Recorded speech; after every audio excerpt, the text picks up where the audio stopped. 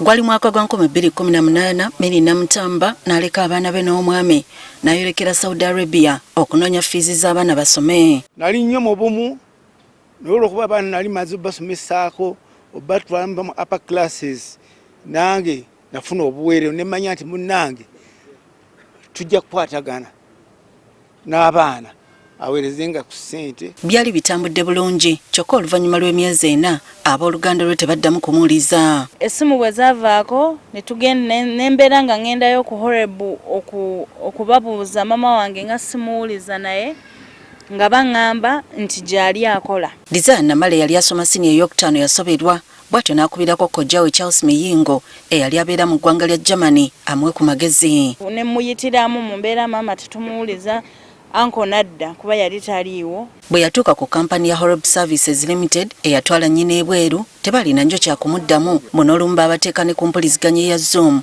okuliziganya n'ab'ebweru gye yalaga naye teri kyavaayo. Mu Mr. Ezra Mugisha kennyini ne bakonectinga n'omuwarabu waliyo n'omwami omulala yali akola mu jenda ng'ali Saudi Arabia eyo ndoza kwembase.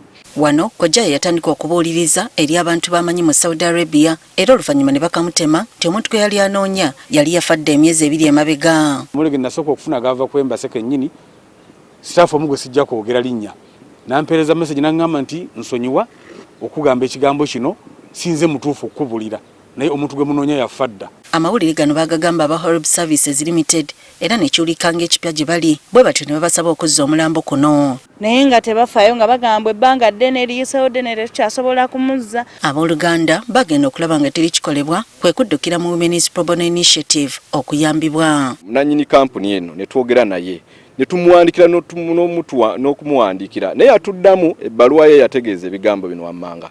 Ife Ministry ya Gender, Labour and Social Development ye tuvunaanizibwako mwe balooya ne family temuyina kye mutugamba. Kati eggulo kkooti enkulu mu Kampala yalagidde kampuni ya Horeb Services Limited okuliyira ab'ennyumba y'omugenzi obukadde 2.5. Omulamuzi yavuddeyo n'agamba nti weewaawo omututta omuntu lwaki mba temuteeka mu system government ze yateekawo okulaba omuntu waali. So teyabadde musanyufu n'agamba nti Ministry ya Gender egende enoonyereze ku kampuni zino ebbiri ey'Ebuwalabu n'eno Horebu.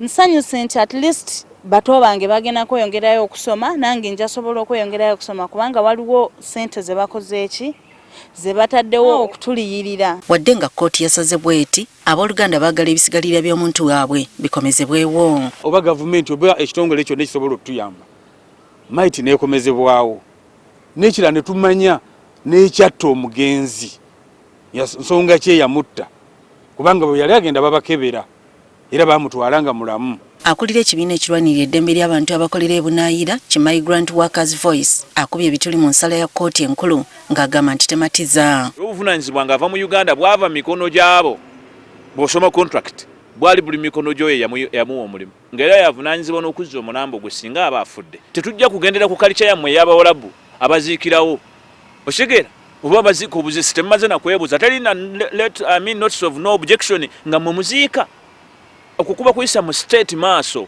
Atadde omusango gavumenti ya Uganda okulemererwa okulondoola bannansi ne batuuka n'okubulwa ebisigalira byabwe. Singa abantu baba batambula bakukusiddwa bukukusibwa ani abavunaanyizibwako ebweru w'eggwanga? Gavumenti esobola otubuulira ani abavunaanyizibwako? Si yo kennyini?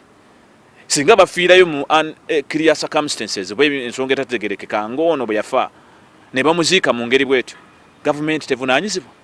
Lwaki olowooza omuntu bw'afiira wano omugwira mu Uganda poliisi evunaanyizibwa okujja ne picking omulambo gwe ne gutwala ku postmortem ne bakola report eri gavumenti ne bategeeza state then state ne communicating. Bw'atyo awadde kampuni ezitwala abantu ebweru okuteeka gavumenti ku nnenga okutereeza etteeka eribafuga okusobola okwewuka ku misango gy'abantu abafiira ebunaayira. Bali ku luta bateesiba 2 kugenda petitioninga gavumenti okutereeza etteeka eribafuga then tetugenda kuzikiza tugenda kuleeta ne cases endala tuzisabe zicompensatingibwe mu ngeri y'emu naye ekyo kirekawa business. Mu kiseera kino ab'ennyumba ya Mary Namutamba kati omugenzi bakyali mu katuko okufuna ebisigalira by'omuntu waabwe olw'obutamanya kyakuzzaako. Susan Nanyanzi agafeeyo ku Spark TV.